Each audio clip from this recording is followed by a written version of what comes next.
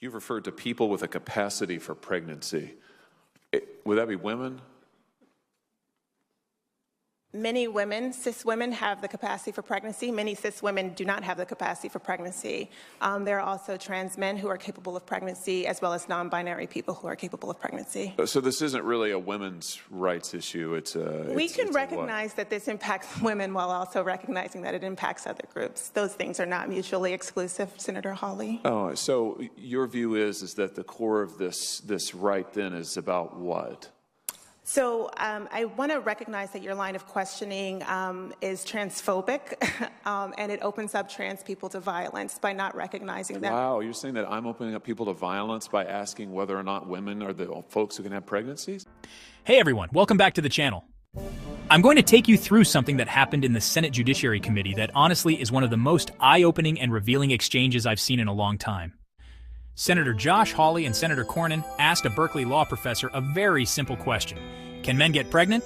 That's it. Straightforward. Scientific. You'd think it would get a straightforward answer, right? But what followed was a full-blown meltdown, an ideological unraveling on live television. And it exposed everything that's wrong with how the far left has hijacked not only language, but reality itself. So let's unpack this. Because, it's not just about one senator and one professor. It's about a battle over truth, free speech, and honestly, the future of this country. So I want to note that 1 out of 5 transgender persons have attempted suicide. So I think it's important. Because of my line of questioning? So we can't talk about it? Because denying that trans people exist and pretending not to know that they exist. I'm denying that trans people exist by asking you if you're talking about women having pregnancies? Do you believe that men can get pregnant? No, I don't think women can get pregnant. So you are denying that trans people exist? And that leads to violence? Is this how you run your classroom? Are students allowed to question you? Absolutely. Or are they also treated like this, where No, they're told that they're opening up people to violence? We have a good time in my class. You should join. I bet. You might learn a lot. Wow, I would learn a lot. I've learned a lot just in this exchange. Absolutely. Extraordinary. Professor Bridges, you, in your testimony, talked about the prevalence of abortion, the percentage of black babies that are aborted as opposed to non-black babies. I think you said 3 or 4 times more black babies than non-black babies are aborted. You also talk about systemic racism. Do you see any systemic racism associated with the prevalence of abortion for black babies as opposed to non-black babies? Absolutely. The higher rates of unintended pregnancy that lead to higher abortion rates among black people is a result of structural racism, systemic racism. I understand systemic racism not to be boogeymen who are trying to dupe black people into abortion care. I understand structural racism to be the systems that have made it so that black people disproportionately bear the burdens of poverty in this country, the systems that have denied them the basics that they need in order to live humane lives like food, clothing, shelter, health care. So you believe a system that responds with the criminal legal system. There ought to be more black babies aborted, is that right? I believe that we ought to create the conditions under which people can lead lives that are filled with dignity and humanity. And that to means your way of thinking, that happens when more black babies are aborted. I believe, I love black people with the capacity for pregnancy. I think they have agency, they have intelligence, they know what is best for themselves, and I would love to create the conditions under which they can live lives that are filled with dignity and humanity. And do you think a baby that is delivered alive has value? Yes. Do you think that a baby that is not yet born has value? I believe that a person with a capacity for pregnancy has value. They have intelligence. They have agency. They have I'm talking about the baby. And I'm talking about the person with the capacity for pregnancy. You're not answering the question. I'm asking. I'm answering a more interesting question to me. Do you think that a baby that is not yet born, let's say the day before his mother delivers, do you think that baby has value? I think that the person with the capacity for pregnancy has value, and they should have the ability to control what happens to their lives. Well, and I just note you refuse to answer the question. Let's be very clear here. Men cannot get pregnant. That's not an opinion. That's not bigotry. That's biology. Women have the reproductive systems necessary for pregnancy. Men do not. That has been true for all of human history, and well, it's still true, no matter how many times activists shout otherwise. Now look, I get it. We live in a free country. If someone wants to identify a certain way, that's their personal decision. But where it crosses a line is when you start demanding that the rest of us deny basic facts to validate someone's identity. That's not compassion, that's coercion. And it's not healthy for a society that wants to function on reason and truth. Ms. Harrell, the Declaration of Independence talks about certain unalienable rights: life, liberty, and the pursuit of happiness. When do you think that unalienable right to life attaches? Thank you. Yes, life is a human right. And when I answered Senator Booker's question earlier that I think our laws should protect all human life, I think I was focusing on the hard part, and I didn't mean to suggest that it's a matter of congressional authority to enact the law that you described. But I do think that the American people understand that you have no rights if you don't have the right to life. That is a principle that our nation was founded upon, and every human being from its earliest existence has its own DNA and has a future.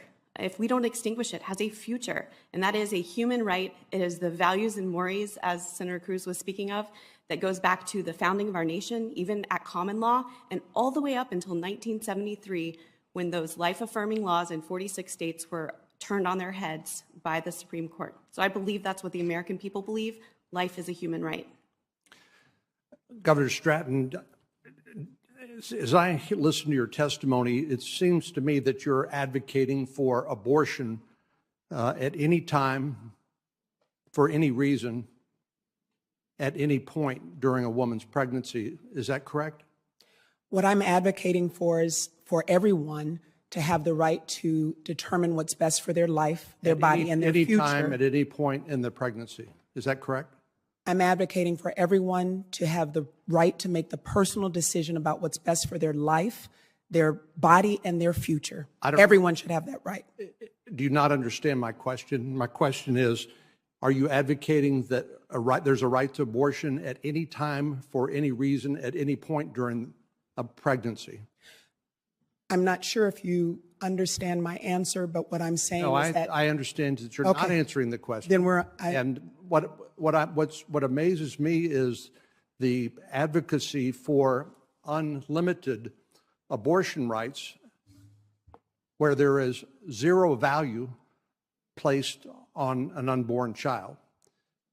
I think Senator Cruz pointed out, obviously, abortion is a very emotional and divisive issue in our society. One reason why we haven't had conversations like this is because the Supreme Court has said you can't talk about it because it's out of bounds. It's in the Constitution, as opposed to it being decided in a forum, a legislative forum like the states. But what I don't understand is the argument that a unborn child has zero value the day before it's delivered, but then has value the day after it's born. Ms. Matzke, can you help explain that?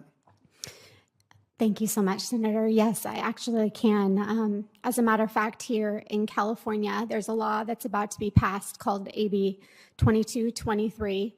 And this law basically will allow, as a woman is in the midst of a chemical abortion and she delivers a baby alive on the floor at any stage of pregnancy or in a hospital, that baby, if this law is passed, has the ability to be born alive and left to die. No matter what, a baby in the womb or outside of the womb has value. And we are not just talking about the value of a life in the womb right now. We are also talking about the value of a life in California after it is born and allowing it to die up to 28 days after birth. Thank you. This goes way beyond one exchange. This is part of a broader movement that's trying to scrub our language of anything that affirms biological reality. We're told not to say women anymore when talking about pregnancy or abortion. Instead, we're supposed to say pregnant people or birthing persons. Think about that. At a time when we're supposedly fighting for women's rights, the left is actually erasing the very word woman from the conversation. How does that make any sense? If you're talking about abortion access, who are the people overwhelmingly affected? Women. Cisgender women in the left's own terms. And yet, we're not allowed to say that because someone somewhere might be offended. We're supposed to prioritize feelings over facts. It's madness. Now, some people will say, well, what's the harm? Why not just use more inclusive language to make everyone feel welcome? Here's the problem. Once you start bending the truth to avoid offense, there's really no end to it.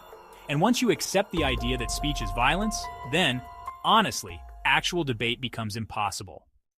That's what we saw with Professor Bridges. She didn't want to engage on the substance. She wanted to shut down the conversation entirely by labeling it transphobic. That's a tactic. It's not argument. It's intellectual cowardice. And sadly, it's becoming the norm in our universities, our media, and even in parts of our government. Now, to their credit, Senators Hawley and Cornyn didn't back down. They stayed calm. They pointed out that those kind of rhetoric is exactly what shuts down legitimate conversation. And they're absolutely right. We need leaders who are willing to say the quiet part out loud, that we cannot run a country on ideological delusions. We can't rewrite biology to fit a political agenda. And we definitely can't call people violent or dangerous, just for asking questions that, honestly, everyone is thinking. Thanks for watching. If you believe in truth, free speech, and common sense, make sure to like this video, subscribe to the channel, and share it with someone who needs to see it. Let's keep speaking out while we still can.